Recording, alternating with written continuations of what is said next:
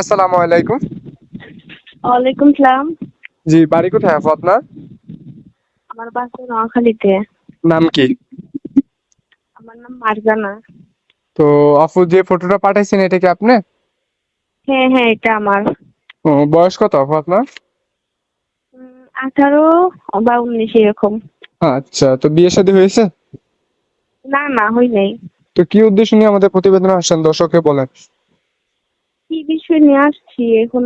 উম, বিয়ে শাদী হয় না, আমার তো বাবা নাই বা আমার বড় ভাই নাই। এজন্য মানুষ যৌতুক চায়, যৌতুকের জন্য বিয়ে হয় না। আমি চাইছিলাম যে মনে একটা মানুষ হোক যে আমার যৌতুক লাগবে না, আমার বিপদে আপদে পাশে থাকবে।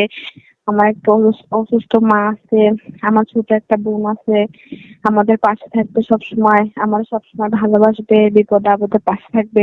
এইরকম একটা মানুষ চাই, এর জন্যই আসছিলাম। তো অনেক দর্শকই আছে যে আপনার পাশে দাঁড়াইতে চাবে, এর ভিতরে অনেকে আছে যে বিয়ে শাদী করছে অথবা একটু বয়স বেশি, এরকম হইলে না কোনো না, সমস্যা সমস্যা আছে? নাই।